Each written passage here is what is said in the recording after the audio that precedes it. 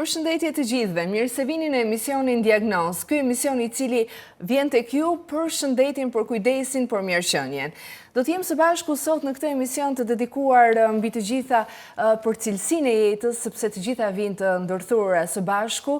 Jemi në muajin tetor, e kemi nisur së bashku me doktoren e shkencave mjekësore kandidaten Blerina Xhafera, e cila është inxhiniere kimiste dhe është pjesë e këtij emisioni prej disa kohësh, sepse kemi ndërtuar një cikël emisionesh për kujdesin e lëkurës, për të gjitha organet e brendshme që ju keni arritur, Blerina, të krijoni disa formula të cilat vinë për mjekësinë alternative dhe vinë si një ndihmë e jashtëzakonshme për të gjithë ata që I besojnë, I preferojnë dhe kanë parë rezultatet e tyre konkrete në bazë të përdorimit të këtyre produkteve nga Altrekem.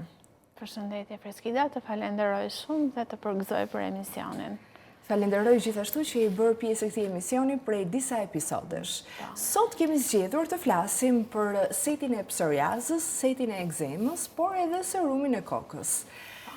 Janë 3 formula të cilat ne kemi preferuar t'i mbledhim në një emision në diskutimin dhe në këshillat që do të transmetojmë për ditën e sotme. Do të ndalemi fillimisht tek seti I psoriazës. Në fakt, psoriaza e kanë shpjeguar edhe vetë ekspertët, dermatologët që është një problematikë e shpeshtë dhe vështirë deri diku edhe për t'u trajtuar, për të parë efikasitetin, por ju në fakt jeni nisur për të bërë një formulë e cila ju vjen në ndihmë krahas çfarë mund të rekomandojnë edhe vetë mjekët dermatolog. Kjo është një alternativë e mirë. Por fillimisht, si u lindi ideja?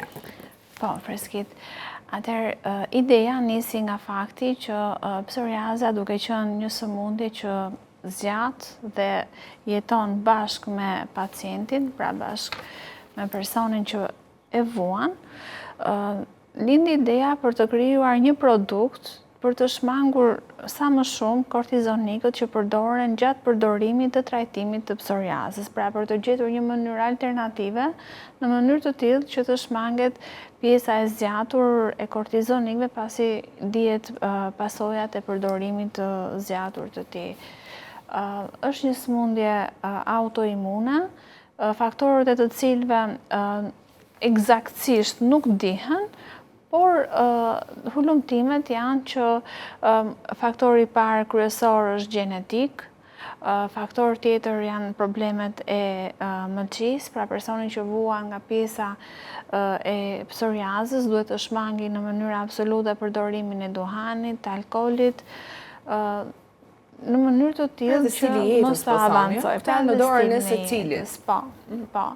Është një sëmundje e cila shkaktohet duke pasi shtresat e lëkurës, pra epiderma, ndrohet çdo 40 ditë, pra cikli total për ndrimin e epidermës është 40 ditë.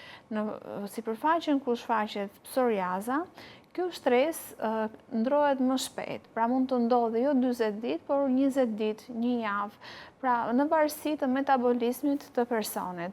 Dhe aty shfaqet në formën e inflamacionit, pra të skuqjes në sipërfaqe koren, pra shtresëzimi I lëkurës ndodh më shpejt.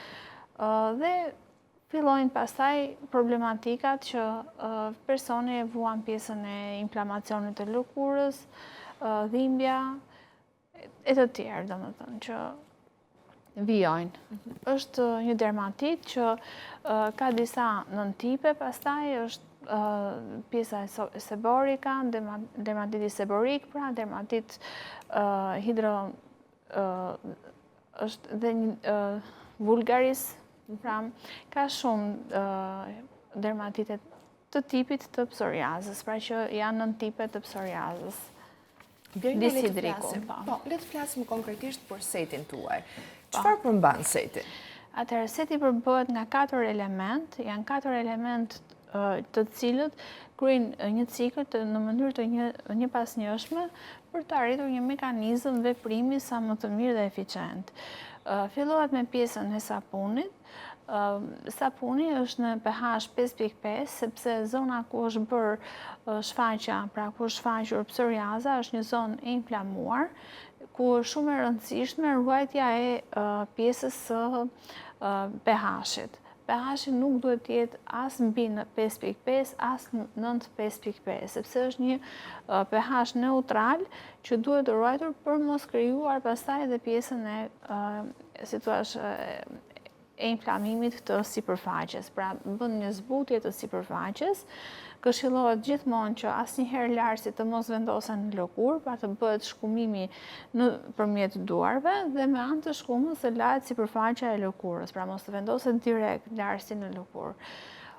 Dhe më pasi bëhet larja me sapunin, zbutja, sepse ka një efekt hidratues shumë të mirë, bëhet shplarja dhe tharja e lëkurës. Mandej vijohet pastaj me pjesën e serumit, i cili është serumi i kalendulës. Kalendula si bim përmban lutein, e cila është shumë e rëndësishme për ruajtjen e elasticitetit të lëkurës, sepse aty ku shfaqet psoriaza është shumë e thatë zona dhe humbet elasticiteti. Luteina që përmban kalendula e ndihmon shumë këtë pjesë, pra elasticitet e rigjenerim të lëkurës. Mandej pastaj vijohet, pra si është bërë absorbimi shumë i mirë i serumit në lëkurë, pra duhet të absorbohet shumë mirë.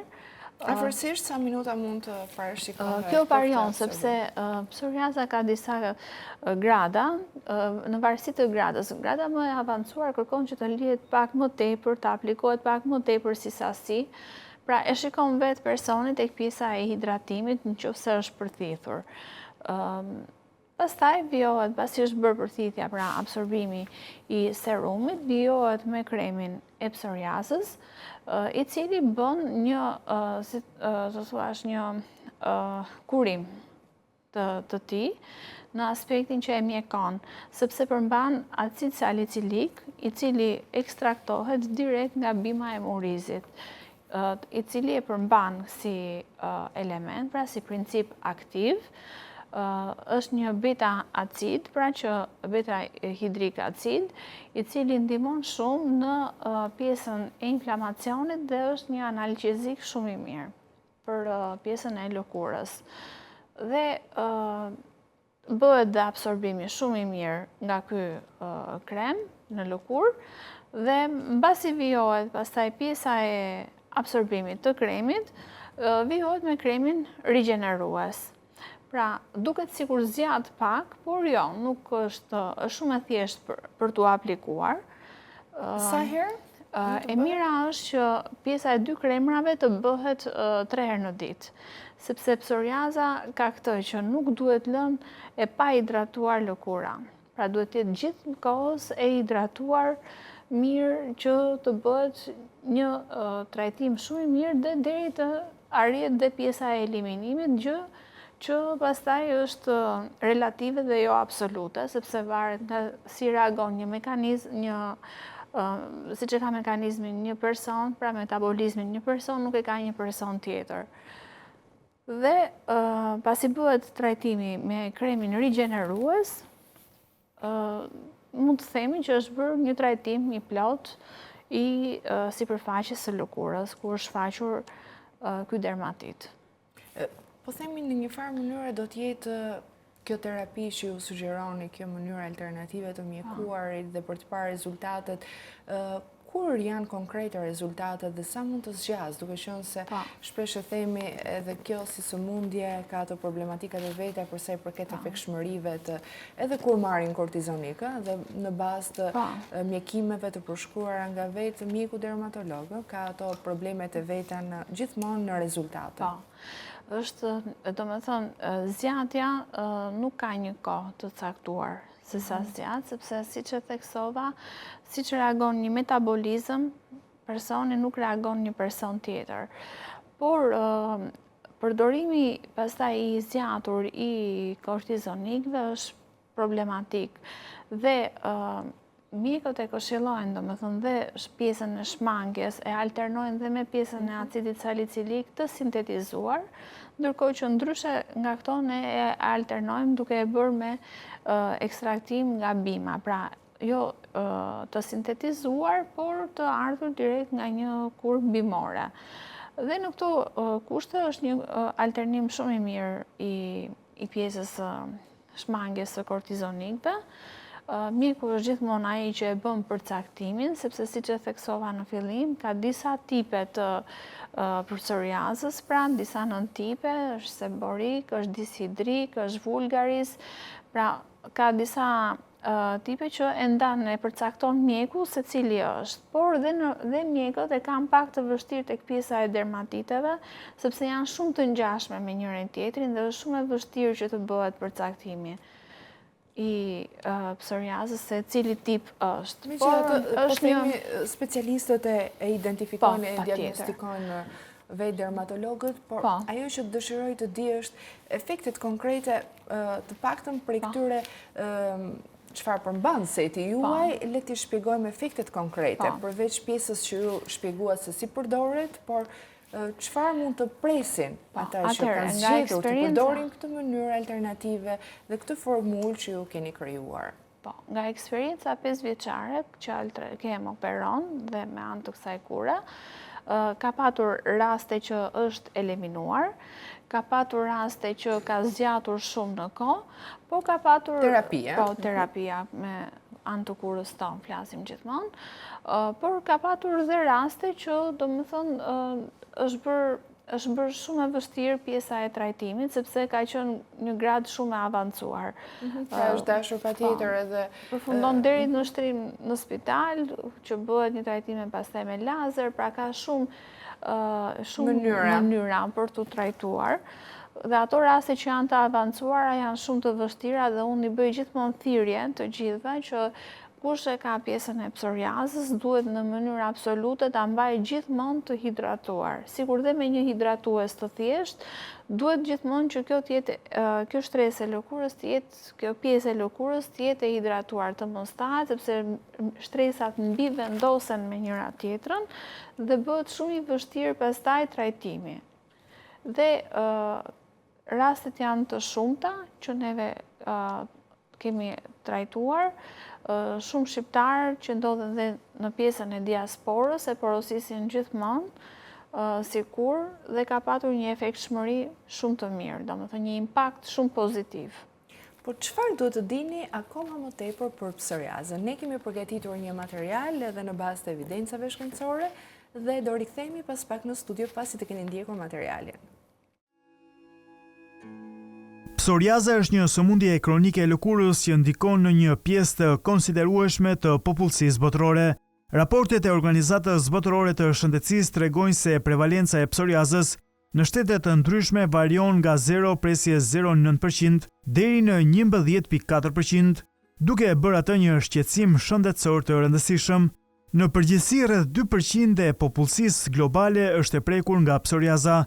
Psoriaza ka një ndikim të rëndësishëm në stilin e jetës së individëve të prekur.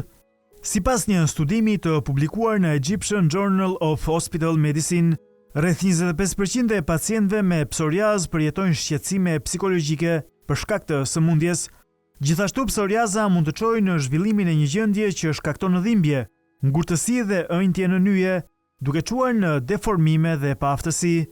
Sipas WebMD, psoriaza është një sëmundje autoimune që shkakton rritje të shpejtë të qelizave të lëkurës, duke formuar pllakëza të kuqe dhe tharje të lëkurës.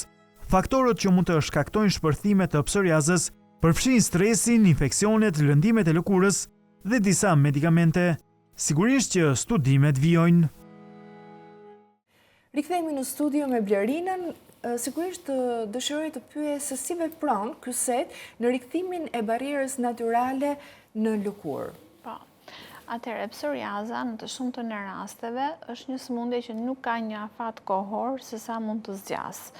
Pra, mund të zgjasë dhe gjatë gjithë jetës, pra është një sëmundje bashkëshoqëruese gjatë gjithë jetës, pra nuk ka një kohë të përcaktuar.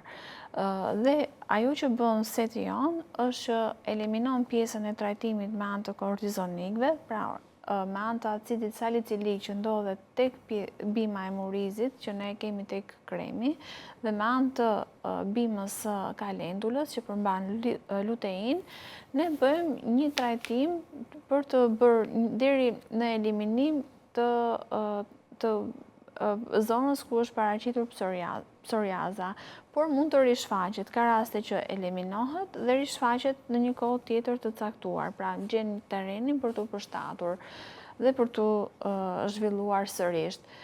Stina ku psoriaza gjen më tepër terren për të zhvilluar është gjatë tani sezonit të dimrit, sepse kushtet klimaterike ndikojnë shumë në avancimin e sëmundjes dhe kjo ndodh për shkak të ftohtit, pra ajri i ftohtë dhe i thatë e than shumë, ndërsa gjatë sezonit të verës, për shkak edhe të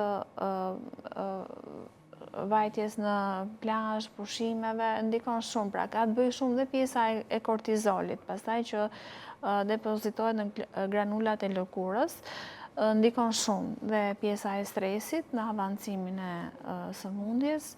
Kështu që janë disa faktorë që bëhen pjesë me barierën. Prania në këtë set i acidit salicilik, i cili ka burim nga bima e murizit dhe luteinës nga bima e kalendulës, ndihmojnë shumë në krijimin e barierës natyrale, pasi bëjnë një mjekim të zonës inflamuar, pra e mbajnë të hidratuar dhe ndihmojnë shumë. Dhe në rigjenerim. Mirë, do të kemi hapësirën publicitare, ne do të kemi sërish për të thënë, kemi edhe 2 sete të tjera për të prezentuar, por në këto qaste do të kemi pak publicitet, rikthehemi sërish në emisionin Diagnoz këtu në Radio CNN.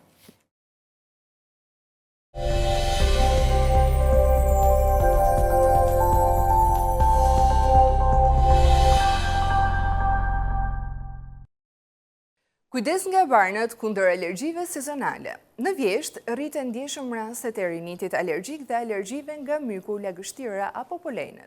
Simptomat si rrjedhje hundësh, teshtima, sy që lotojnë, ndjesi kruarje, shpesh shtyn pacientët të marrin vetë antihistaminik. Çfarë duhet të dini? Jo të gjithë antihistaminikët janë njësoj, disa shkaktojnë përgjumje, të tjerët jo. Mund të ndërveprojnë me barna të tjera si qetësues, barna të tensionit apo depresionit. Marrja e tyre pa kontroll mund të maskojë probleme të tjera shëndetësore. Këshilla e farmacistit vjen që duhet të konsultoni para se të filloni trajtimin. Ndiqni saktësisht dozën dhe kohëzgjatjen që është e rekomanduar. Mos i përdorni për një kohë të gjatë pa ndjekje mjekësore. Pas hapësirës publicitare, jemi rikthyer sërish në studion e emisionit Diagnoz, jemi së bashku me doktoren e shkencave mjekësore kandidaten, e cila së shpejti do të marrë titullin e saj, dhe patjetër Blerina Xhafera është kimiste, inxhinier kimiste, e cila ka sjell edhe disa produkte me emrin Altrachem, formulime interesante dhe ndihmëse për të cilët ne kemi folur në disa emisione, por edhe sot kemi zgjedhur të prezantojmë disa prej tyre. Do të flasim për një tjetër set, atë të egzemës. Deri diku do bëjmë edhe një lloj diferencimi, folëm për psoriazën, tani për egzemën. Do kemi edhe një material të përgatitur për të njohur akoma më tepër përse përket problematikave të egzemës, si shfaqen, çfarë janë, përsëri me evidenca mjekësore. Pastaj Blerina do të prezantojmë setin. Ke diçka paraprakisht përpara se të prezantojmë materialin e përgatitur informues? Po, atëherë do shtoja vetëm këtë pjesë që ndryshe nga seti i psoriazës, ekzema është një nga problematikat që është shumë e përhapur dhe tek fëmijët. Pra, në qoftë se psoriazën e kishim vetëm tek meshkujt dhe tek femrat adulte, psoriaza është dhe tek fëmijët, por më pak, ndërsa dermatiti atopik, pra ekzema, është shumë e përhapur edhe tek fëmijët dhe nuk ka moshë. Kështu që është gjithë përfshirë, si po themi, edhe kjo tematikë që ne do të diskutojmë sot. Pra, ky është diferencimi që duhet të nënvizonim përpara se të shohim materialin e përgatitur. Ekzema, veçanërisht dermatiti atopik, është një nga sëmundjet më të zakonshme të lëkurës në botë. Sipas një raporti të OBSH-s, deri në 20% e fëmijëve dhe adoleshentëve janë të prekur nga ekzema, ndërsa prevalenca globale e saj është rritur ndjeshëm gjatë 4 dekadave të fundit. Ekzema ka një ndikim të rëndësishëm në cilësinë e jetës së individëve të prekur. Një studim i realizuar nga Organizata Botërore e Shëndetësisë tregon se ekzema mund të ndikojë negativisht në cilësinë e jetës së individëve dhe të familjeve të tyre, duke shkaktuar shqetësime fizike, psikologjike për ata që preken. Sipas WebMD, lloji më i zakonshëm është dermatiti atopik. Ekzema shpesh ka një komponent gjenetik dhe është e lidhur me gjendje si astma dhe riniti alergjik. Faktorët e mjedisit si ndotja dhe stresi gjithashtu mund të kontribuojnë. Blerina, ky set interesant edhe për ekzemën. Çfarë përmban? Po, edhe ky set, ashtu si dhe seti i psoriazës, përmban 4 element. Por, ndryshe nga seti i psoriazës, këtu kemi në vend të setit të kremit të psoriazës, kemi kremin e ekzemës, i cili ndryshon pasi përmban një përqindje më të lartë të luteinës në përbërjen e kremit. Pra kemi një përzierje shumë të koncentruar të pjesës së kalendulës. Pse kjo zgjedhje?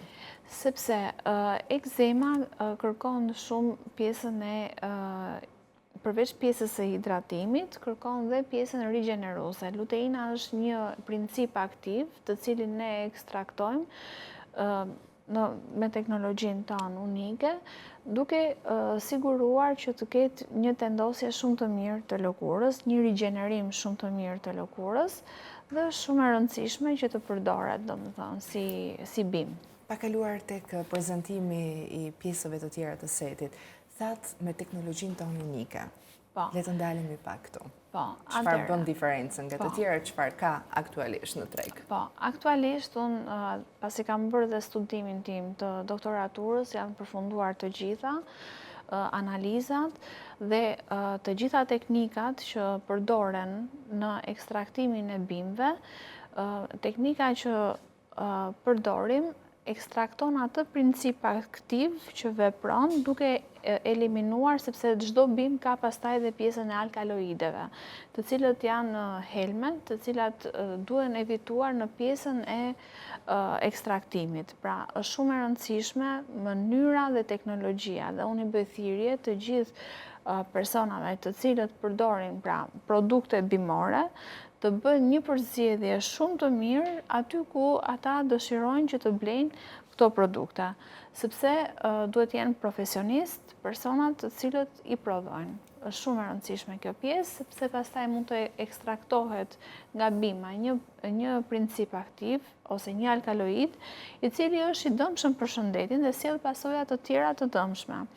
Kështu që është shumë e rëndësishme teknologjia. Në doktoraturën time, unë kam parë të gjitha tipet e ekstraktimeve. Pra i kam kaluar komplet historikun e ekstraktimit, që nga krijimi me anë të presimit, që nga pjesa tjetër që është ajo e tinkturave, që tani tinkturat kanë arritur deri dhe në ekstraktim me ultrasound, pra në qoftë se një tinkturë e prisnim 6 javë, 40 ditë që të përfundonte, tani me ultrasound e vret brenda orës merr tinkturën të ekstraktuar. Është pjesa e distilimeve dhe është pjesa pastaj e pajisjeve të avancuara që janë subcritical, supercritical me gazin CO2, që është një nga teknologjitë e sotme më të avancuara, dhe unë kam qenë gjatë gjithë pjesës së doktoraturës time në bashkëpunim me një kompani, të cilës nuk ja përmend emrin për efekt reklame. Publiciteti është e vetmja e cila bën këtë lloj ekstraktimi, ku principet aktive ekstraktohen në mënyrën më natyrale, nuk denaturalizohen, dhe mbeten ashtu siç janë, sepse gjatë ekstraktimit është shumë e rëndësishme pastaj edhe ruajtja e temperaturës, sepse duke dashur që të ekstraktosh një princip aktiv, ti i prish formulën atij principi aktiv në temperatura të larta, pra gjatë gjithë kohës është shumë e rëndësishme ruajtja e temperaturës, për të patur një rendiment të lartë në këto principe, pa dëmtuar, pa krijuar derivate, sepse derivatizimi i tyre, duke qenë komponime volatile, pra duke qenë aromatike, prishet cikli i benzenit dhe krijohen derivate. Dhe ti mendon se ke ekstraktuar këtë princip aktiv, por në fakt janë derivatet ato që janë arritur. Dhe me anë të pajisjeve të gaz kromatografit dhe HPLC-s, këto piqe janë gjëra shumë teknike, por po e shpjegojmë për t'i treguar një farë mënyrë sigurinë dhe cilësinë e lartë dhe garantimin që ju i tregoni dhe i bëni të gjithë atyre që kanë dëshirë të përdorin këto produkte? E bëj sepse dua t'i siguroj, domethënë tek pjesa e mënyrës së përftimit të produktit. Është shumë e rëndësishme kjo pjesë. Besoj ne kemi ezauruar tani më këtë pjesë, por do të kalojmë tek prezantimi i pjesëve të tjera të setit. Po, atëherë edhe këtu kemi të bëjmë me sapunin, i cili është një produkt bimor, ne përftojmë nga finja, e ekstraktuar nga bima drusore, pra është KOH ose hidroksidi i kaliumit, që ekstraktohet nga lëndrat drusore dhe përdoret pastaj për përftimin e sapunit, që është bashkimi i një acidi yndyror, pra i lipideve me një bazë, pra bashkëpunimi i tyre krijon.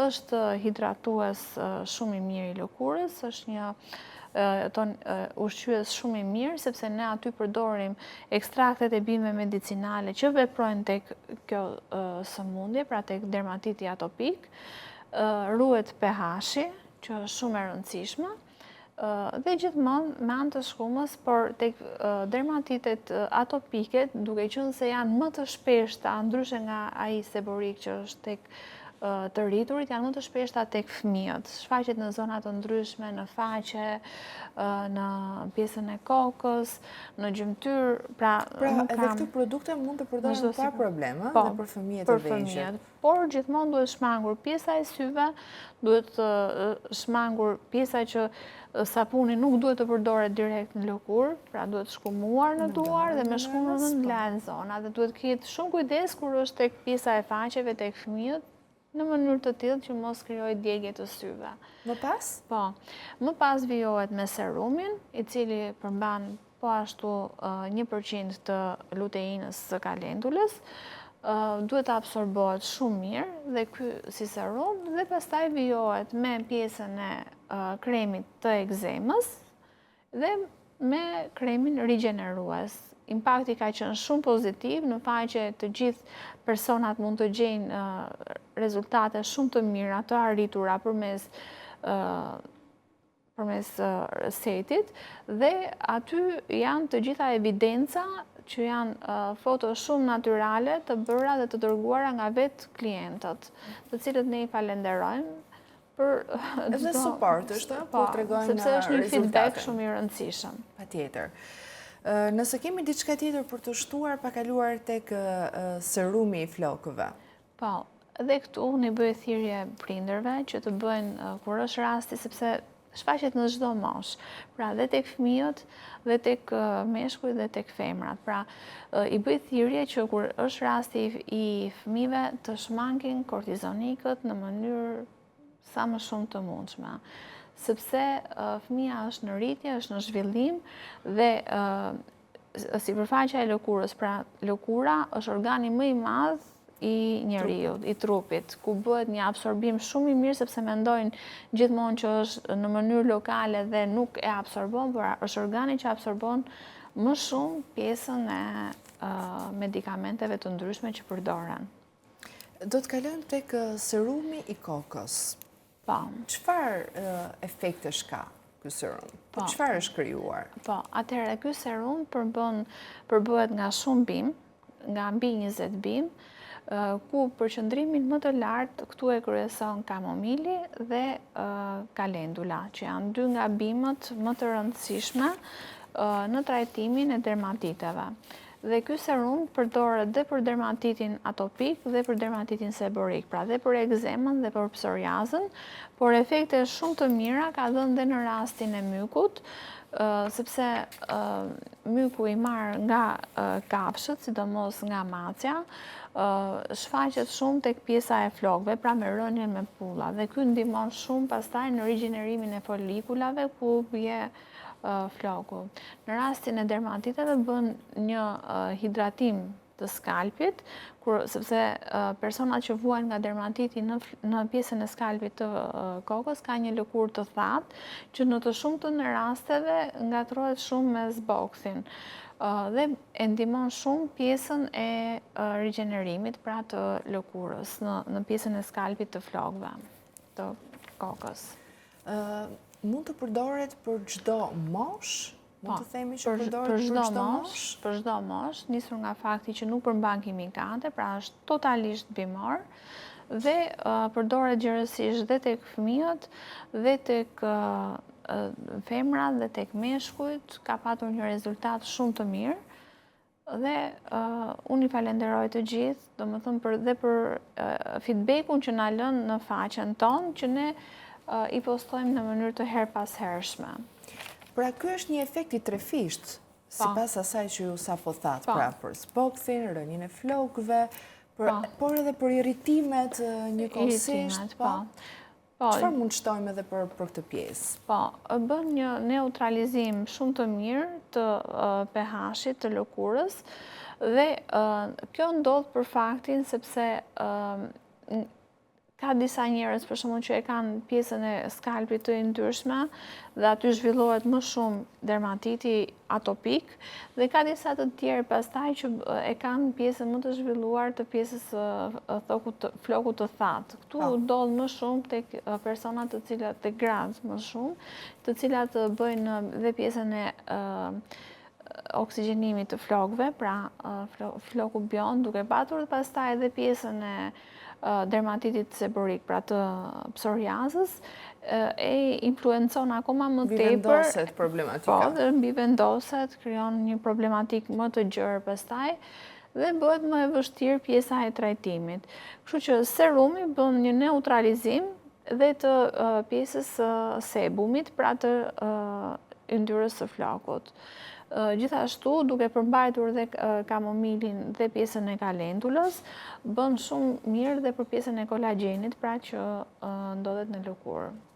Blerina, për sa i përket edhe Zboksit, kur mund të shikojnë rezultatet konkrete, sidomos burrat që e kanë një shqetësim të vazhdueshëm edhe i kanë flokët të shkurtra, i presin vazhdimisht, duket diçka jo e këndshme estetikisht. Po, atëherë fillon që në përdorimin e parë. Pra, e përdorim për herë të parë dhe na shkruajnë direkt që sot unë nuk kam problematikën, sepse fillon direkt, pra jep një impakt të menjëhershëm. Po si e përdorin?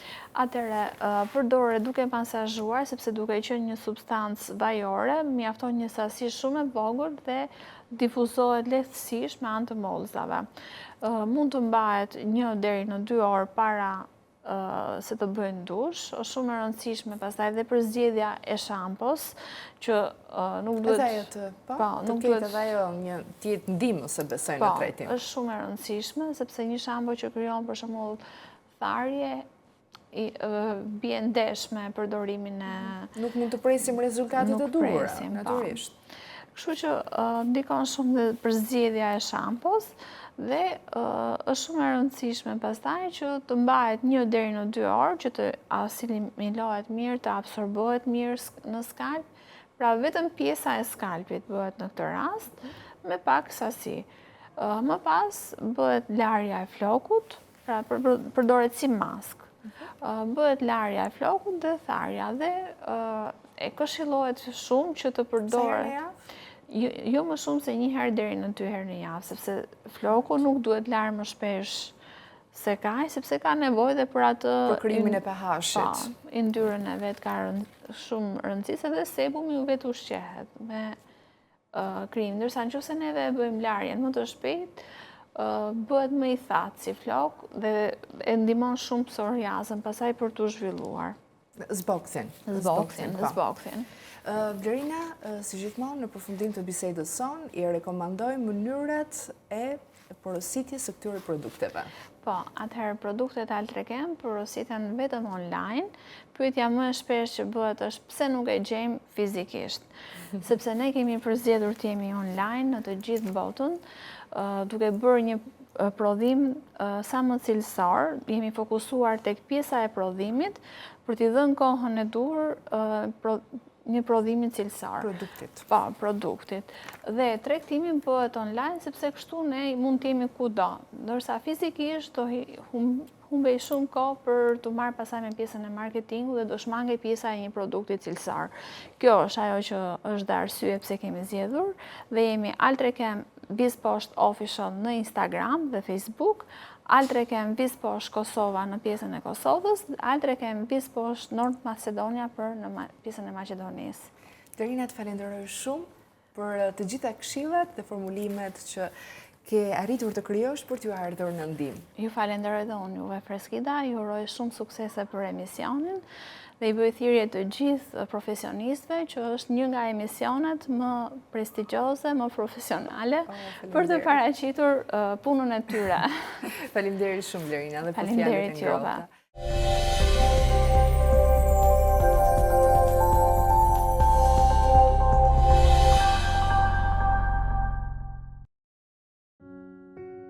Tetori vjen çdo vit për të na kujtuar një të vërtetë që nuk duhet harruar asnjëherë. Shëndeti është dhurata më e çmuar, edhe kujdesi ndaj vetes është akt dashurie për jetën. Ngjyra roz në këtë muaj nuk është thjesht një simbol, por thirrje për ndërgjegjësim, kujdes dhe solidaritet.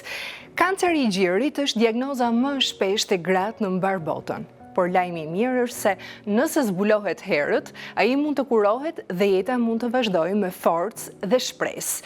Për këtë arsye, kontrollet e rregullta dhe vetkontrolli janë armët më të fuqishme që kemi. Në këtë muaj, simbol të forcës dhe solidaritetit, stafi i emisionit Diagnoz i bashkohet fushatës globale të ndërgjegjësimit. Ne do të sjellim histori frymëzuese, këshilla të specialistëve dhe mesazhe që na motivojmë të kujdesemi për veten dhe njëri tjetrin.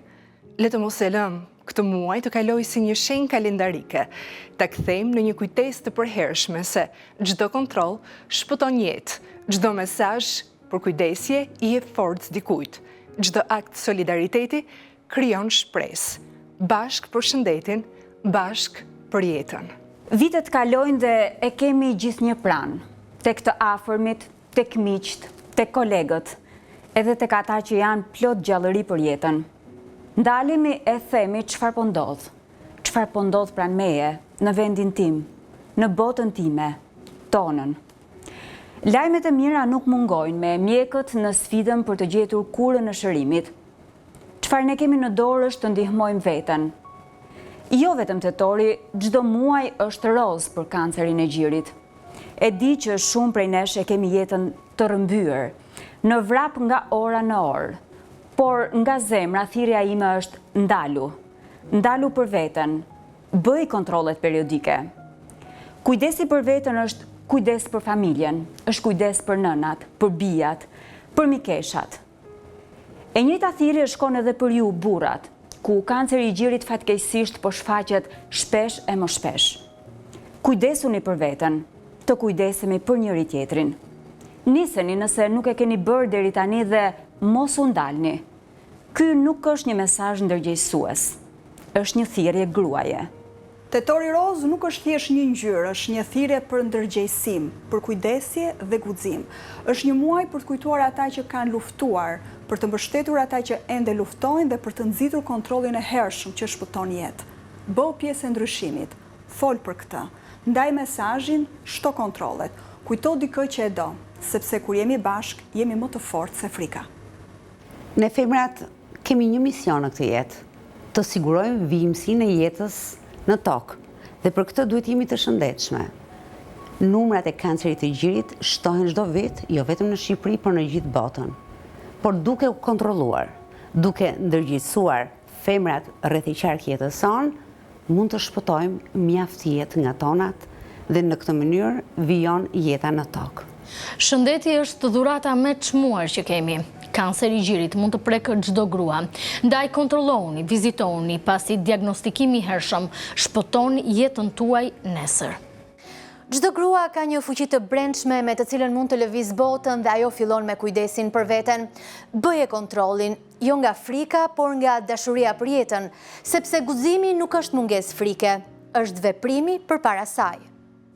Jemi në tetorin roz, në muajin e kujtesës dhe veprimit. Mos harroni që vizita shpëton jetë, që çdo grua meriton kujdes, që kanceri i gjirit luftohet me zbulimin e hershëm.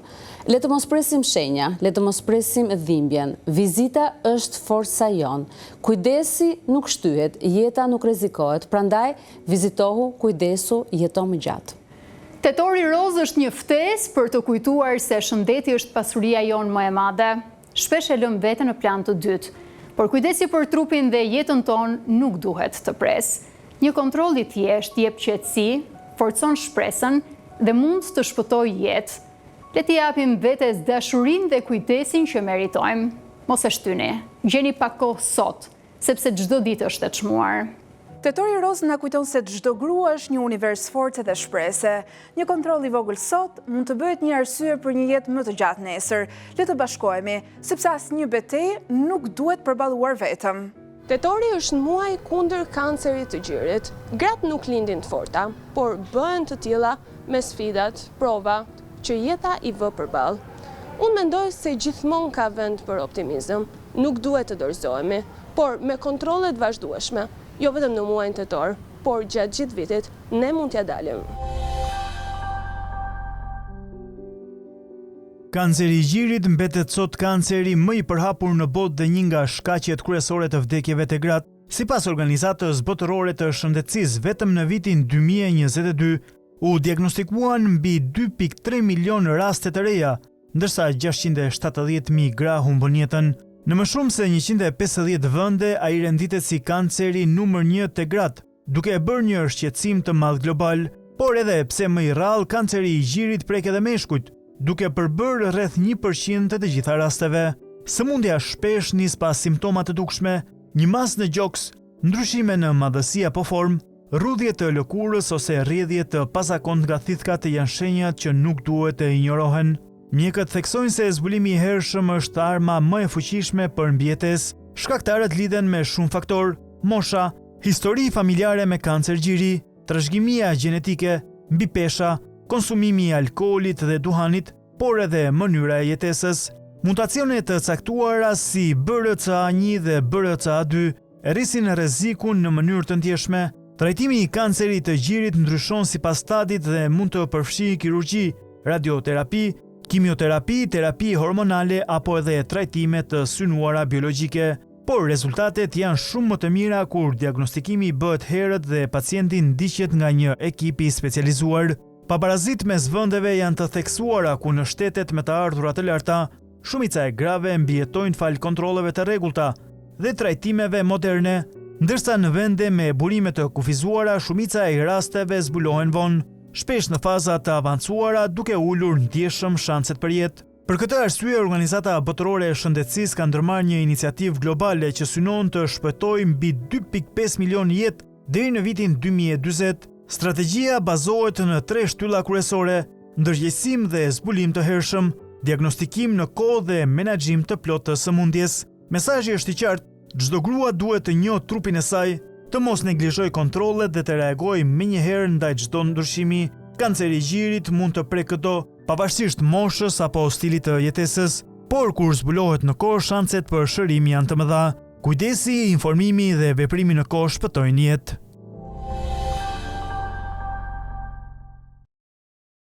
Më 29 shtator 2025, Universiteti i Mjekësisë Tiranë zhvilloi ceremoninë e diplomimit për studentët e 2 viteve akademike 2023-2024 dhe 2024-2025. Në një mjedis festiv të mbushur me emocione e krenari u vlerësua puna dhe përkushtimi i studentëve, të cilët përmbyllën një etapë të rëndësishme studentore dhe tashmë nisin në rrugën e tyre profesionale.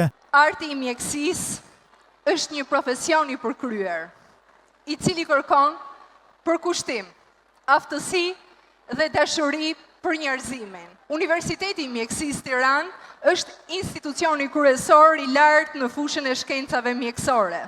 Ai mbart një traditë të konsoliduar akademike dhe shkencore, duke përgatitur profesionistë cilësor të shëndetësisë dhe duke kontribuar në përmirësimin e vazhdueshëm të sistemit shëndetësor kombëtar.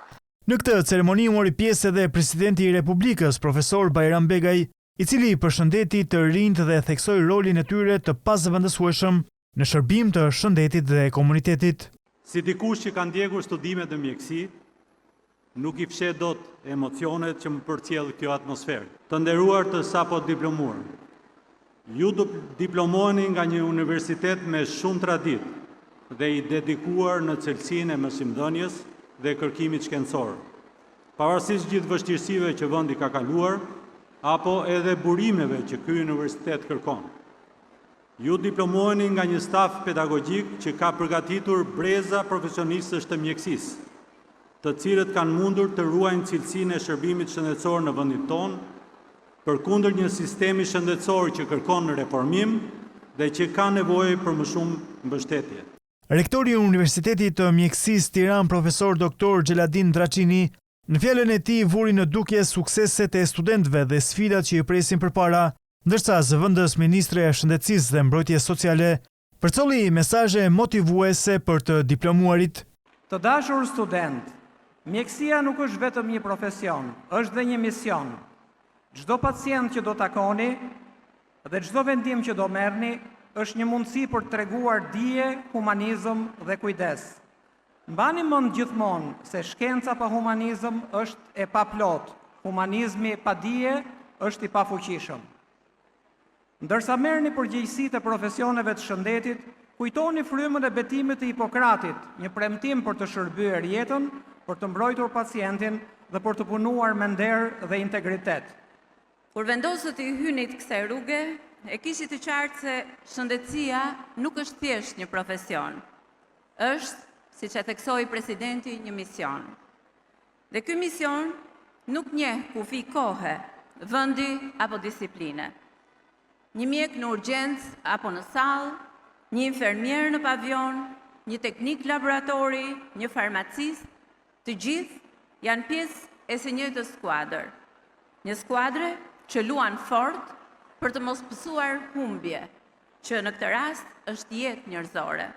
Fjalime përshëndetëse mbajtën gjithashtu edhe dekanët e fakulteteve, ndërsa studentët ekselent ndan përvojat e tyre dhe vizionin për të ardhmen.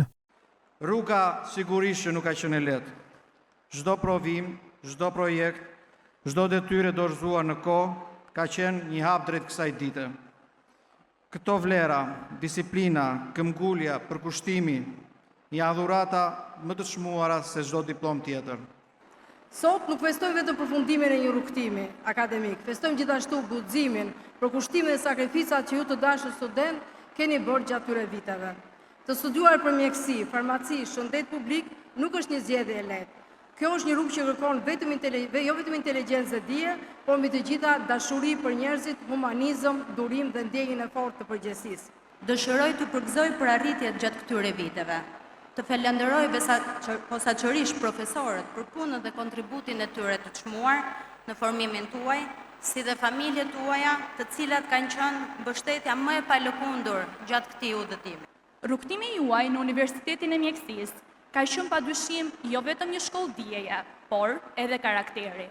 Ju ka mësuar jo vetëm si të diagnostikoni e trajtoni sëmundje, por edhe si të qëndroni pranë njerëzve në momentet më të vështira të jetës së tyre. Të dashur student, sot mbyllëm një nga kapitujt më të rëndësishëm në historinë e jetës tonë. Sot zemra rre më fort, sepse në të krijohen kush e di sa e sa ëndra të një rinie plot jetë, plot vrull, plot shpresë dhe dinjitet.